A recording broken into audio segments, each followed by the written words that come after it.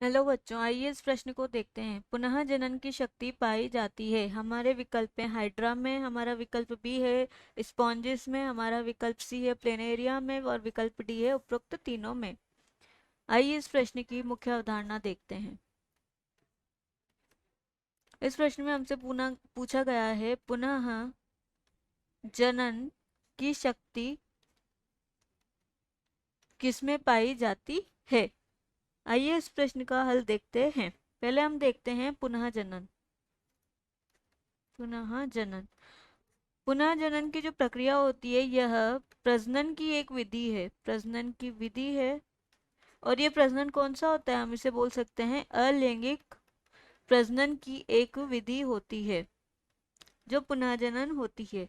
पुनः जनन को हम इस तरह परिभाषित कर सकते हैं, जब कोई भी जनक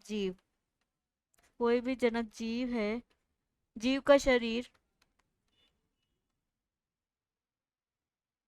कोई भी जनक जीव है उसका शरीर कहीं से भी कट जाता है। शरीर कहीं से भी क्या हो गया, कट जाता है, तो वह कटा हुआ प्रत्येक हिस्सा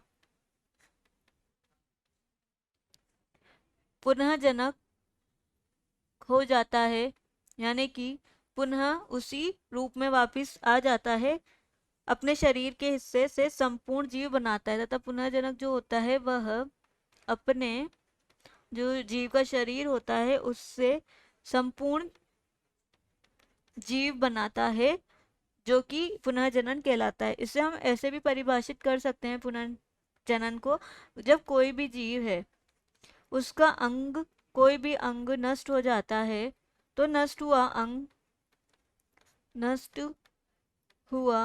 अंग पुनः विकसित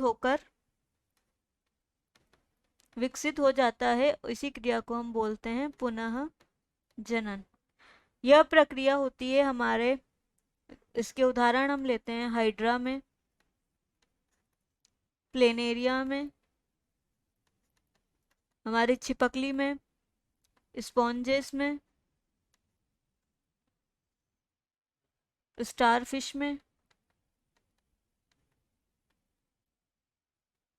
यह सब होती है हमारी पुनः जनन की शक्ति पाई जाती है हमारे इन सभी जीवों में, यानी कि जब इन जीव का कोई भी अंग कट जाता है तो यह पुनः विकसित हो जाता है और नया जीव बना देता है। अतः हमारा इस प्रश्न का विकल्प ए भी सही है, विकल्प बी स्पॉन्जिस में यह भी सही है, और विकल्प सी प्लेनेरिया में भी पुनर्जनन पाया जाता है। अतः इस प्रश्न का सही विकल्प है हमारा विकल्प डी, उपरोक्त तीनों में पुनर्जनन की शक्ति पाई जाती है।